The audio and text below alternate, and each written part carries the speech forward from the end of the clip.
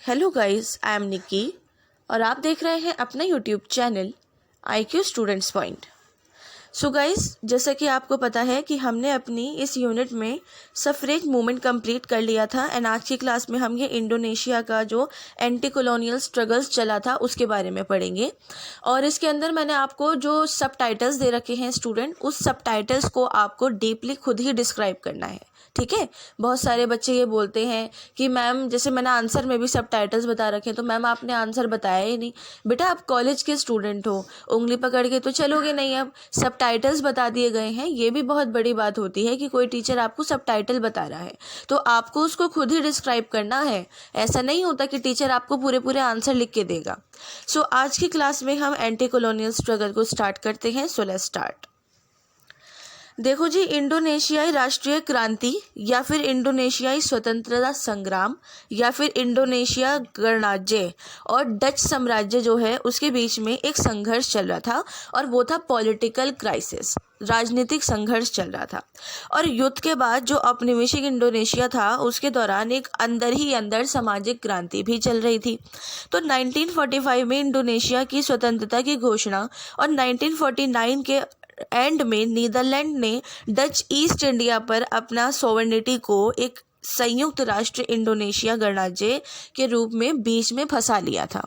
ठीक है, तो ये वाली चीज़ जो थी इंडोनेशिया के लिए बहुत ज़्यादा खतरनाक भी एक तरीके से साबित हुई। तो जी बात ये रही कि इंडोनेशियाई राष्ट्रीय क्रांति जो है क्रांति ने न्यू गिनी को छोड़कर डच ईस्ट इंडिया के औपनिवेशिक प्रशासन के अंत को यहाँ पर डिस्क्राइब कर दिया।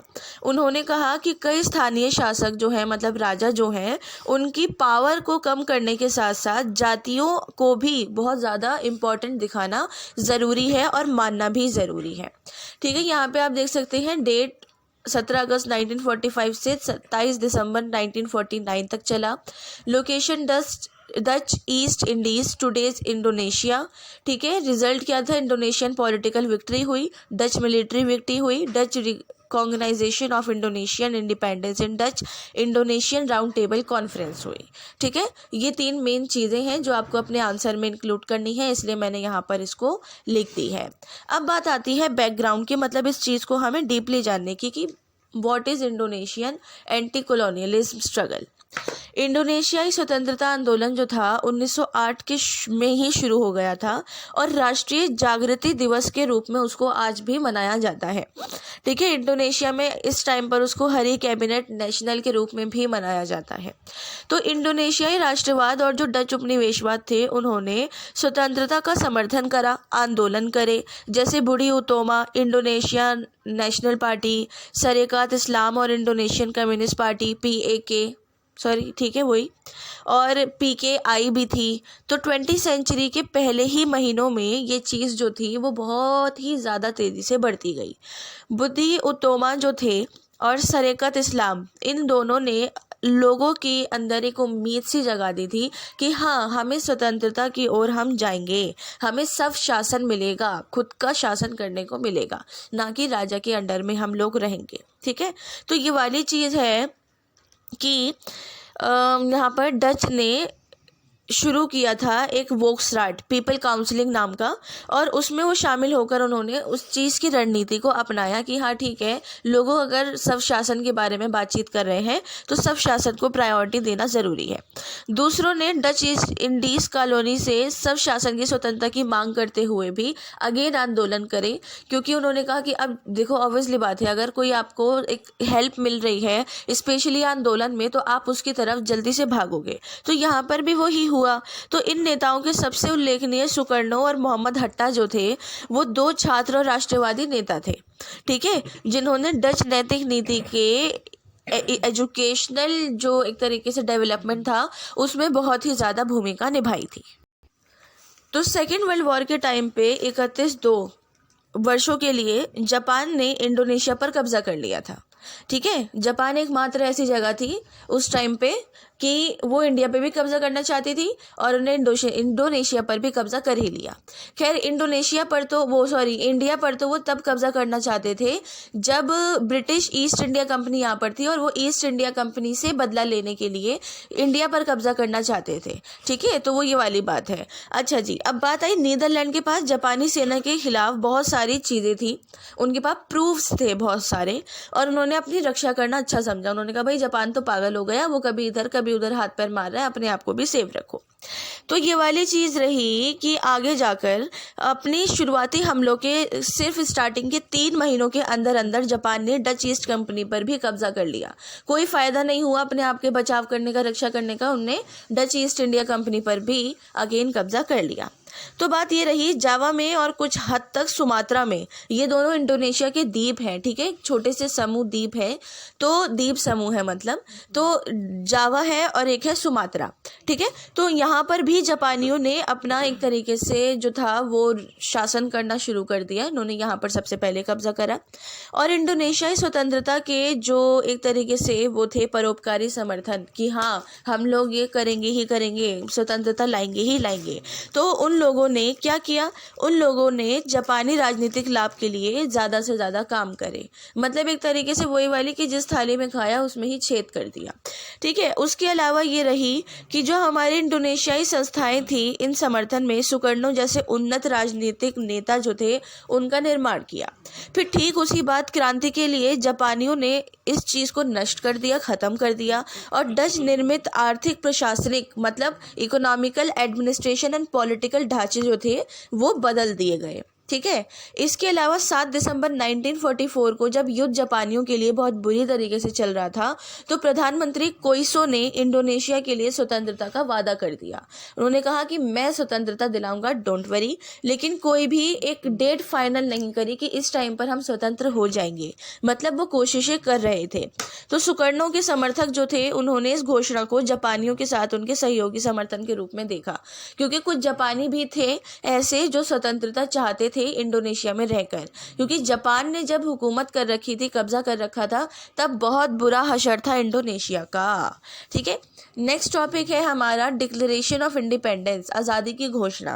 अब देखो जैसे यहाँ पर मैंने आपको बताया कि जो हमारे प्रधानमंत्री सुकर्णो थे उन्होंने क्या बोला, इंडोनेशिया के जो थे उन्होंने बोला कि मैं किसी भी जल्दी कुछ भी करके जापानियों से आप लोगों को मुक्ति दिलाऊंगा।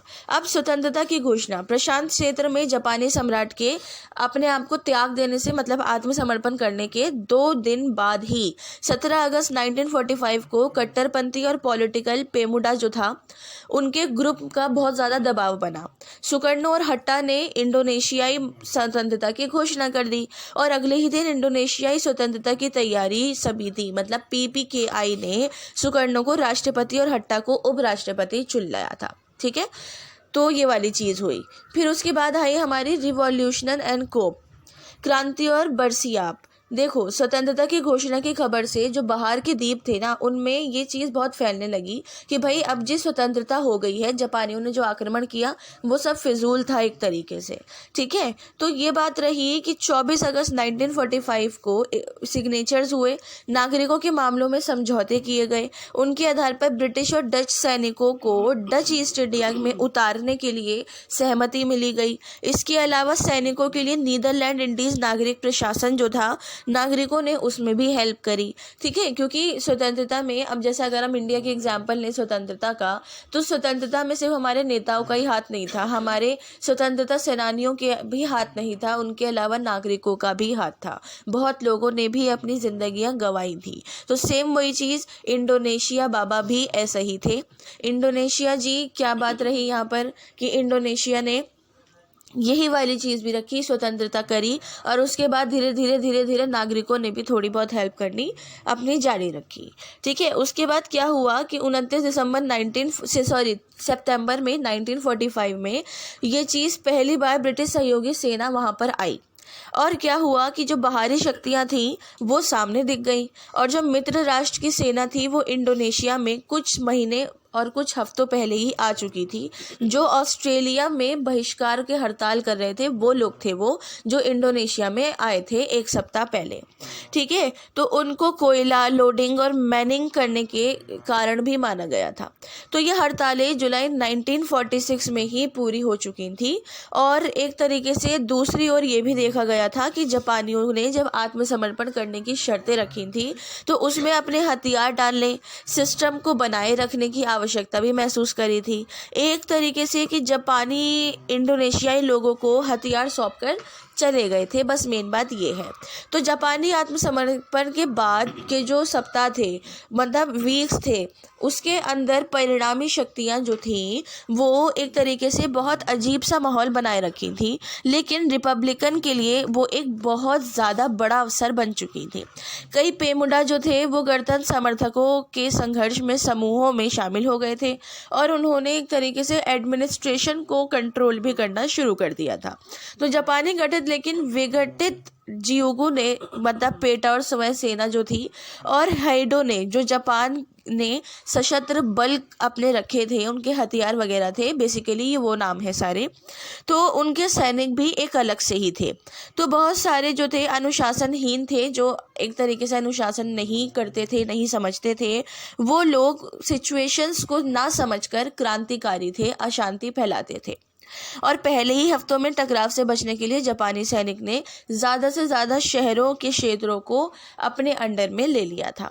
तो सितंबर 1945 तक जावा के जो बहुत बड़े शहर थे उसमें रेलवे स्टेशन और ट्राम जो होते थे, पहले तो ट्राम चलते थे, तो ट्रामों में बहुत सारे ऐसे ढांचे स्थापित किए गए, बनाए गए जो कंट्रोल कर सकें जापानियों के हमलों को, ठीक है। जावा, अगेन मैं रिपीट करूँगी, इंडोनेशिया का एक द्वीप है। उसके अलावा सुमेत्रा भी एक द्वीप है जहाँ पर इन लोगों ने सबसे पहले कब्जा किया था। तो ये वाली बात रहेगी, जैसे बहुत कम जापानी जो थे उनको ये चीज़ का मतलब सामना करना पड़ा कि अब यार ये तो इन लोगों ने मतलब हमारी चाल को समझ लिया, तो अब क्या होगा।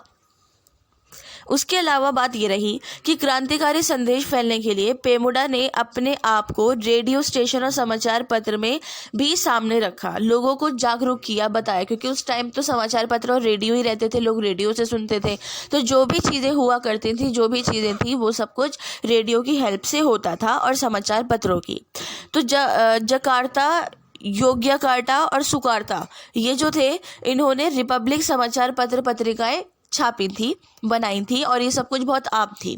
और इन्होंने अंगाटन 45, जो 45 की पीढ़ी थी, उनके रूप में भी इनको जाना गया, जो कि इनका ये मानना था कि क्रांति को कम से कम किया जाए ताकि लोगों को स्वतंत्रता भी हासिल हो और जो लोग अपना हुकूमत करना चाहते हैं उससे भी हमें छुटकारा मिल जाए, ठीक है। उसके बाद ये रही कि रिपब्लिकन नेता ने अपने आप को बहुत ज़्यादा लोकप्रिय बनाया और उन्होंने संघर्ष किया। कुछ संघर्ष चलते रहे और संघर्ष चलने के बाद ये तर्क निकलने के बाद कि भाई ये जो चीज़ें हैं वो अब सामने नहीं रहनी चाहिए, चीज़ें इन द सेंस जापानी, ठीक है। क्यों? क्योंकि भाई उन्होंने सबसे पहले जावा और सुमेत्रा पर कब्जा ही किया, क्योंकि इंडोनेशिया के ये सबसे बड़े और अच्छे द्वीप समूह थे जहाँ पर लोग ज़्यादा से ज़्यादा रहते थे। तो ये वाली चीज़ है। तो वामपंथी तान मलाका जैसे कि कुछ नेता थे, इन्होंने इंडोनेशियाई पेमुडा पर जीत हासिल करने के लिए क्रांति शुरू करी। इन्होंने कहा कि नहीं जी नहीं, बिना क्रांति के तो हमें जीत मिल ही नहीं सकती, स्वतंत्रता मिल ही नहीं सकती है, तो हमें तो क्रांति करनी पड़ेगी, ठीक है।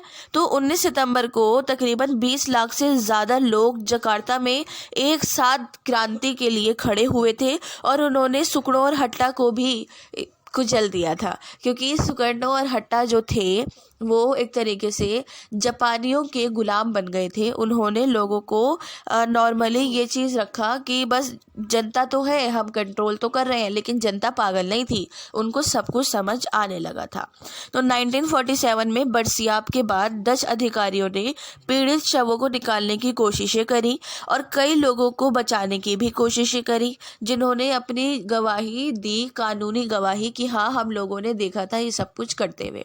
उसके अलावा क्रांतिकारी युद्धों के कारण जो शव मिले थे, मतलब डेड बॉडीज मिली थी, और कुछ मामलों में जो क्रांतियाँ हुई थी उनको भी अदालत में पेश करना बहुत ज़्यादा ज़रूरी था। तो सुरबाया और बहुत सारी जगहों में केबांग कुनिंग युद्ध, कब्रिस्तान में जापानी इंटरमेंट, सेकेंड वर्ल्ड वॉर और बरसिया पीड़ित में 5 लाख कब्रें पाई गई थी।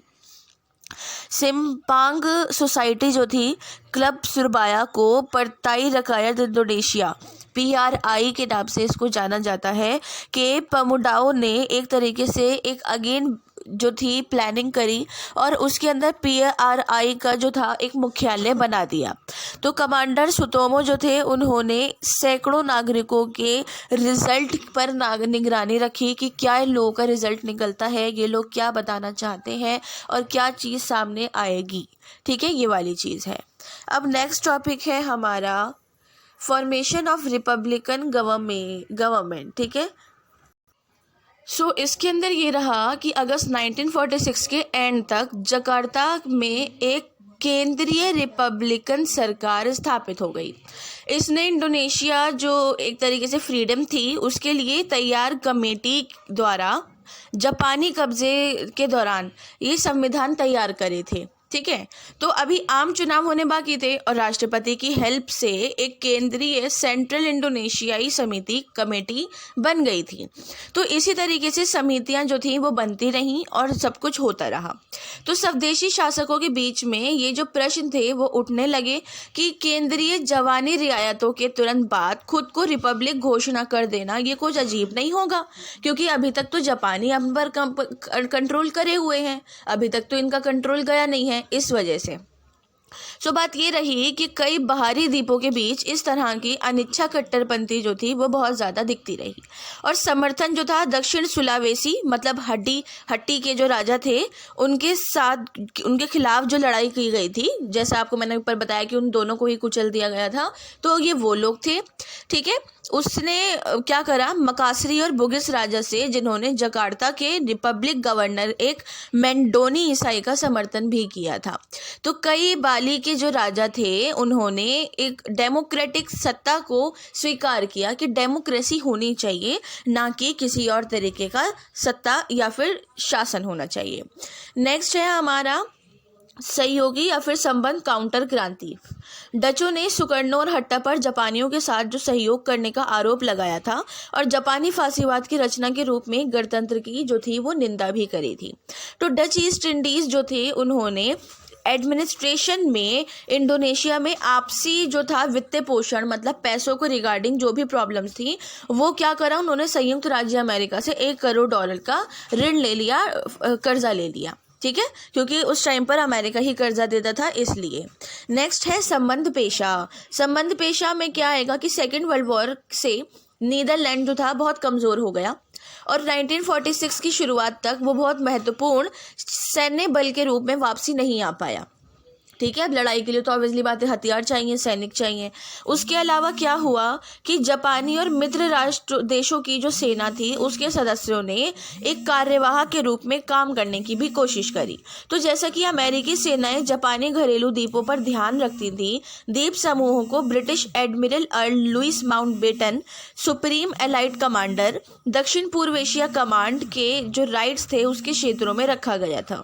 तो कालीमंतन मतलब इंडोनेशियाई बोर्निया और मोरोताई मुलुकू इन सब और इरियन जो थी इरियन जया इन सब के क्षेत्रों से पहले से ही सहयोग इनको मिलने लगे थे।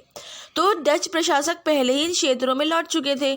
तो जापानी नौसैनिक जो क्षेत्र बचे थे उसमें मित्र देशों की, जो हमारे सेकेंड वर्ल्ड वॉर में मित्र देश और राष्ट्र देश थे, उसमें मित्र देशों की टुकड़ियों के आगमन मतलब उनके आने के तुरंत बाद ही क्रांतिकारी गतिविधियों को रोक दिया गया था, जहां पर डच सैनिक और प्रशासक जो थे उनके बाद ऑस्ट्रेलियाई सैनिकों ने जापानी आत्मसमर्पण भी कर दिया था। तो मजबूत प्रतिरोध की कमी की वजह से ऑस्ट्रेलिया सेना के 2 डिवीजन पूर्वी इंडोनेशिया पर कब्जा करने में भी सफल हो सके थे। इसमें कुछ बैटल्स हैं स्टूडेंट्स, उन बैटल्स को हम ध्यान से पढ़ेंगे। तो सबसे पहला जो बैटल था सुरबाया बैटल ऑफ सुरबाया। तो सुरबाया जो था यहाँ इस वाले बैटल को एक बहुत ज़बरदस्त क्रांति और बहुत खूनी क्रांति के नाम से जाना भी जाता है। तो इसके अंदर क्या हुआ था, जो इंडोनेशिया के दूसरे बड़े शहर था सुरबाया, इसमें पेमुडा समूह ने जापानियों से हथियार और गोलाबारी जो थे, सारी चीज़ें बारूद वगैरह जब्त कर ली थी। तो जो दो नए संगठन थे हमारा KNI और BKR, मतलब इंडोनेशिया राष्ट्रीय समिति और पीपल सुरक्षा परिषद, इन्होंने अक्टूबर 1945 के अंत तक मित्र देशों की सेना के साथ मिलकर सुरबाया शहर में एक बहुत मजबूत किले का निर्माण कर दिया था। ठीक है, उसके बाद आया फील्ड बैटल। ठीक है, फील्ड बैटल मतलब मैदानी लड़ाई जो हुई थी। तो मैदानी लड़ाई में 1 दिसंबर 1945 को मित्र राष्ट्रों ने एक बफर जोन बनाने की कोशिशें करी और उस इलाके में फिक्स्ड मैदान एरिया बाउंड्रीज बनाने की भी कोशिश करी, जो उन्होंने खुद खुदवाना शुरू करा था। तो 9 दिन बाद 10 दिसंबर 1945 को मित्र राष्ट्र और NICA ने मैदान में तैनात इंडोनेशिया सैनिकों के खिलाफ बहुत बड़े पैमाने पर हमला किया। इस हमले में दोनों पक्षों के लिए कई लोग जो थे हताहत हो गए। तो अप्रैल 1946 के टाइम पर मित्र राष्ट्रों ने मैदान पर कब्जा कर लिया और इंडोनेशियाई सेना जो थी उन्होंने पेमांटा सितार पर वो पीछे हट गई और उसने फिर कुछ भी नहीं करा। फिर हमारा आया बैटल ऑफ अम्बरवा। बैटल ऑफ अम्बरवा जो था, अंग्रेजों ने बहुत बाद में जावा के अशांत आंतरिक भाग में 10 लाख इंडो यूरोपियन और यूरोपीय प्रशिक्षु जो थे उनको निकाला। इसके बाद अम्बरवा और मैगलैंग के शहरों में भेजी गई जो ब्रिटिश टुकड़ियां थी उनको बहुत मजबूत करने की कोशिश करी। फिर उसके बाद सुकर्णो ने 2 नवंबर को युद्ध विराम की व्यवस्था कर दी, और लेकिन नवंबर के जो एंड का टाइम था ना, उस तक भी लड़ाई चलती ही रही थी, लेकिन फिर भी नवंबर में उन्होंने कोशिश करी थी कि उसको रोक सकें। नेक्स्ट है बांडुंग सी ऑफ फायर। ठीक है, बांडुंग आग का सागर। सहयोगी और कथित डच समर्थक नागरिकों के खिलाफ रिपब्लिक हमले नवंबर और दिसंबर तक पहुंच गए थे, जो बांडुंग में 1200 लोग मारे गए थे क्योंकि पेमुडा ने आक्रमण कर लिया था। उसके अलावा मार्च 1946 के जो प्रस्थान था उसमें रिपब्लिकन ने बांडुंग शहर को छोड़ने के लिए एक ब्रिटिश अल्टीमेटम का भी जवाब दिया, जो इंडोनेशिया के बांडुंग सी ऑफ फायर के रूप में लोकप्रिय शहर के दक्षिणी आधे हिस्से को जानबूझकर जलाकर राख कर दिया था। देन आता है बैटल ऑफ मार्गाराना। 20 नवंबर 1946 को आई गुस्टी नगुराय राय ने बंजार केलासी मार्गा बाली प्रांत जो थे, ये सारे जो प्रांत थे, राज्य थे, उसमें लड़ाई में अपने सैनिकों को पुपुतन मतलब अंतिम स्टैंड के लिए खड़ा कर दिया था। इंडोनेशियन लैंग्वेज में पुपुतन कहते हैं। ठीक है, तो लड़ाई जो थी 400 डच सैनिकों के साथ समाप्त हो गई थी। स्पेशली सियुंग वनारा बटालियन इसमें बहुत ज़्यादा मारे गए थे। तो NIC जो थी उसको सभी लाशों को मार्ग बाजार में लाने का आदेश दे दिया गया, लेकिन सिर्फ 86 शवों को ही मतलब डेड बॉडीज़ को ही लाया गया था। लेकिन राय ये थी कि सभी सेना जो है वहाँ का सब सफाया करे, जितने भी ये सब लोग आए हैं मतलब शव हैं उनको हटाया जाए, जिसमें जो है सेना नेतृत्व में भी शामिल हुई और डच सेना ने बाद में बाली पर नियंत्रण करने की भी कोशिश कर ली थी। ठीक है, सो स्टूडेंट आगे का जो है आपका डच ने अपोलोजाई मतलब माफ़ी मांगी। ठीक है, तो वो क्या था देखो, 2016 में डच विदेश मंत्री बर्ट कोएंडर्स ने 1947 में 400 इंडोनेशियाई ग्रामीणों के डच सैनिकों को मतलब उनसे माफ़ी मांगी। मार्च 2020 में इंडोनेशिया की जो राजकीय यात्रा के दौरान किंग विलेम अलेक्जेंडर ने डच सैनिकों की हेल्प से ज़्यादा हिंसा के लिए भी माफ़ी मांगी कि जो बहुत ज़्यादा क्रांति और ये सब कुछ हो गया था उसके लिए भाई हमें माफ़ करो। उसके बाद 17 फरवरी 2022 को एक बहुत प्रमुख डच ऐतिहासिक समीक्षा भी जारी की गई थी, जिसका शीर्षक था इंडिपेंडेंस, डिकोलोनाइजेशन या फिर violence and war in Indonesia, जो 1945 से 49 में हुआ था। तो अनुसंधान 3 संस्थानों द्वारा एक तरीके से जो था एक मतलब 3 जो थे वो रखे गए थे। पहला Royal Netherlands Institute of South East Asian and Caribbean Studies, दूसरा Netherlands Institute for Military History and History, और है NIOD Institute for War, Holocaust and Genocide Studies. ठीक है, तो समीक्षा का निष्कर्ष ये निकला कि नीदरलैंड ने युद्ध के टाइम पर जो सिस्टम बनाया था वो बहुत ज़्यादा हिंसा वाला था और उसका इस्तेमाल भी किया था। तो इसलिए उन्होंने जो था अपोलोजाइज करी, उन्होंने कहा भाई हमें माफ़ कर दो। तो इसी दिन डच प्रधानमंत्री मार्क रूटे ने युद्ध के टाइम पर डचों द्वारा किए गए अत्याचारों के को एक्सेप्ट करके माफ़ी भी मांग ली। ठीक है स्टूडेंट्स, सो मैंने जैसा आपको बताया है आपको कंक्लूजन वैसे ही लिखना है। कंक्लूजन अपनी लाइंस आंसर से उठाकर 2-2 लाइनें लिखना। ठीक है, आपका कंक्लूजन कंप्लीट हो जाएगा। उसके बाद आता है आपका कि थोड़ा बहुत कंक्लूजन में आप अपने भी पर्सपेक्टिव रख सकते हो चाहो तो, अदरवाइज नो इशू, आप अपना कंक्लूजन वैसे ही लिख लेना। तो हमारा सफरेज मूवमेंट कंप्लीट है and anti colonial struggle Indonesia का कंप्लीट हो गया है। नेक्स्ट क्लास में हम यूनाइटेड नेशन फॉर्मेशन को पढ़ेंगे, फिर आर्ट एंड पॉलिटिक्स पिकासो की पढ़ेंगे। होप्स हो कि इस क्लास में आपके कोई भी डाउट नहीं रहे हो। इनकेस कोई भी डाउट हो या सजेशंस हो तो आप मुझसे कमेंट बॉक्स या टेलीग्राम चैनल पे बोल सकते हैं। So thanks for the watching and best of luck all.